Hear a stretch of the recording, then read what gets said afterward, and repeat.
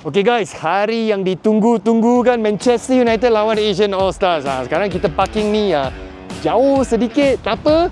Demi Manchester United kita jalan kaki. Jom. Panas tu. Tapi itulah, kita sanggup dijemur matahari semata-mata nak menyaksikan game yang baru.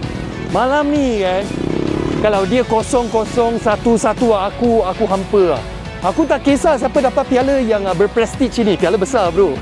Rupa dia pun besar bro. Macam FA Cup kan. Aku tak kisah siapa dapat lah, asalkan menghiburkan banyak gol. Aku punya ramalan 8-8, 9-9, 10-10. You jangan pergi beli nombor bro. Ini ramalan gol bro.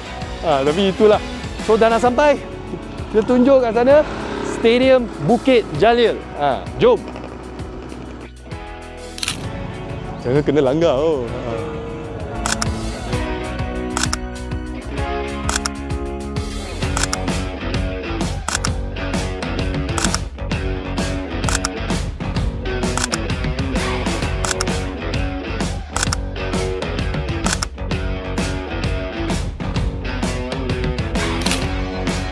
Okay, rasanya inilah tempat kita yang kita akan menyaksikan game epic ini. Kita julang piala bro, malam ni julang piala bro. Okay, jom.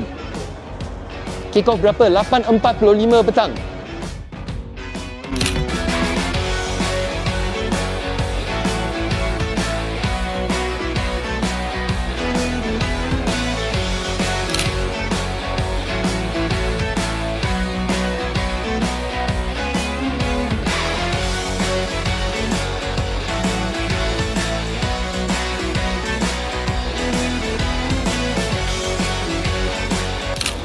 Kau cakap Manchester United tempat 15, 16, 17. Kau tengoklah.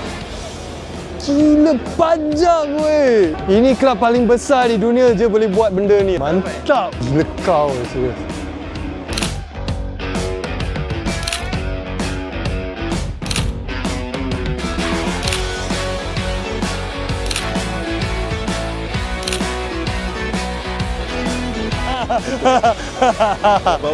Saya bawa. Ini. Kalau terbawa, saya bawa. Tak lah. Ini brother kita lah. Jom United ni. Kita nak buat review lah. Buat review game lah. Okey lah, aku buat record. Aku pun terkejut bro. Sekarang 45 minit sebelum game bermula. Game start pukul 8.45 kan. Korang tengok kat luar. Kau cakap poyo macam mana ni, kau tengok bro.